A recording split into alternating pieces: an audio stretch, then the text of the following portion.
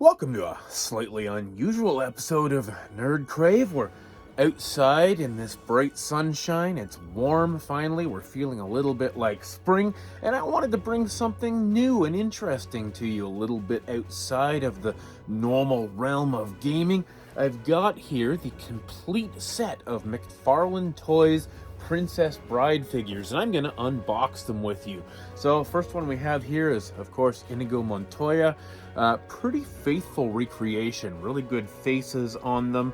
They're posable, they have stands as far as I can tell, so I'll be able to stand these up on the shelves in my studio. Let me just show you some of the packaging here. So you've got, of course, the Princess Bride sort of cover image that you often see on DVDs and stuff like that. On the back, you've got a little image of Inigo here, and then pictures of the other ones in the series. The series contains 4 characters: Inigo, Dread Pirate Roberts, Fezzik, and Princess Buttercup.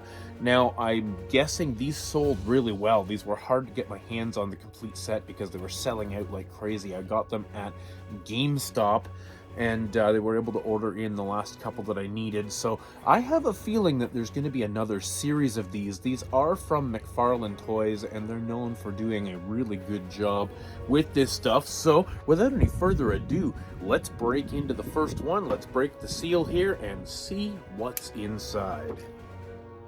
So we've got, of course, the normal plastic little sticker circles here, so I'm just cutting them off with my handy dandy knife here, and I don't want to damage the box. I do plan on keeping these out of the box and setting them up in the studio, but I want to keep the boxes intact, so I'll be nice and careful with them. Absolutely having to destroy this packaging. This is definitely a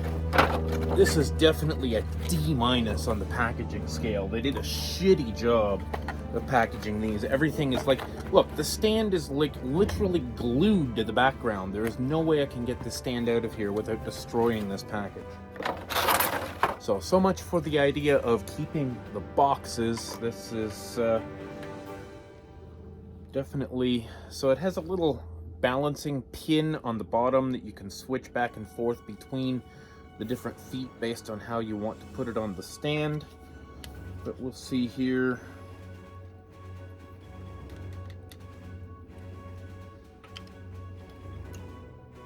I'm glad to say the figure looks very good.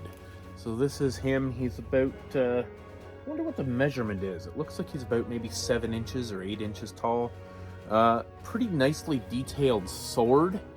Looks pretty good. I'm pretty happy with that. This is a pretty good representation of Inigo. So we'll put him over here, and I will move into fast forwarding through cutting open some more of these boxes. So the next one we have here is Dread Pirate Roberts. Of course, that is Wesley, and the packaging is pretty much the same, except that it's featured Wesley in the vignette here on the back.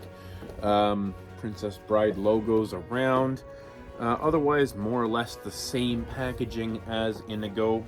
So let me just get through cutting this open, and we'll see how long this takes me.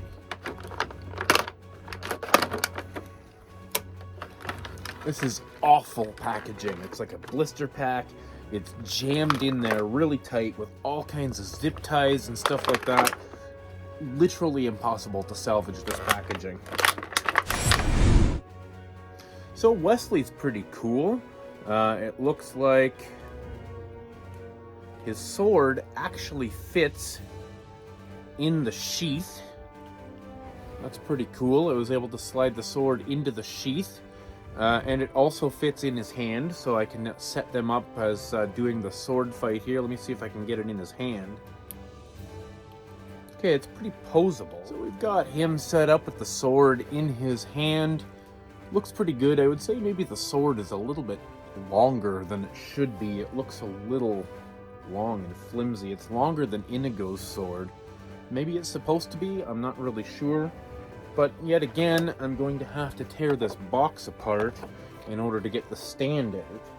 Okay, so we've got him standing on the stand now. You can see they're kind of set up facing each other, ready for their iconic sword duel. And we'll move on to the next character, which is Princess Buttercup. And we will see what she looks like. This is ridiculous. I have, like, never seen anything so fucking irritating to open in my life. Now, the interesting thing about these is they're extremely posable. Like, everything moves. There's multiple joints in the arms, multiple joints in the legs. There's even joints in the feet, and like halfway in the toes, so you can like bend the toes up and down. They're extremely posable, and I do like that. It also helps to be able to balance them so that they stand up on their own a little bit better, and that's great. So now you've got the three of them here in the corner, all standing up, and the big finale is the enormous Fezzik figure. Of course, Andre the Giant, being a literal giant, he's going to tower above all of these other figures that are relatively the same size. So again, we'll go into another fast forward section as I drive myself crazy trying to get into this box. Alright, so this one is super cool. So look at the size of this guy. I mean, look at him in comparison to Wesley. He's like twice the size. Very, very accurate to the scale of the original characters. And this guy came with some fun stuff. You know, the Indigo and Dread Pirate came with their swords. He came with a rock, because he was supposed to bash Wesley's head in with a rock, right? Now, I'm not thinking this is going to fit in his hand. Yeah, I guess it kind of does. So, it kind of fits in his hand there, so he's got the rock. And then he came with, and it's impossible to really show you here, but anybody want a peanut?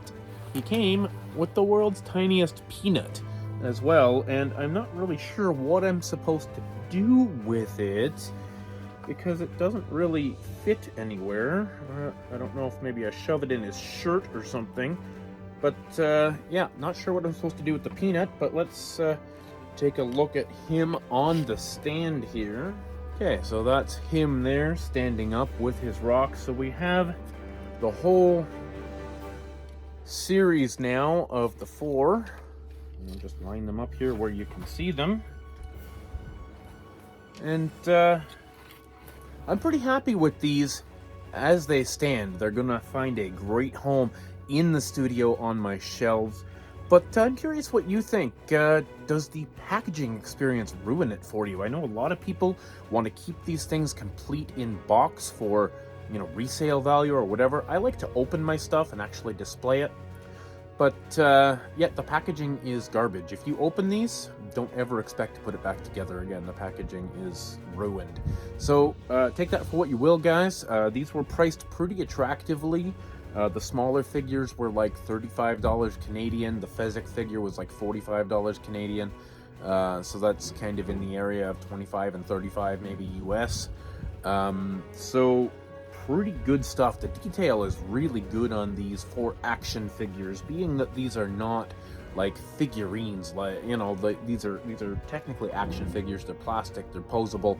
I would expect the quality to be a little lower. Honestly, the quality of the figures is fantastic, and I would highly recommend these if you're a fan of the Princess Bride like I am. Anyways, guys, thanks so much for watching. Thanks for subscribing. Stay classy.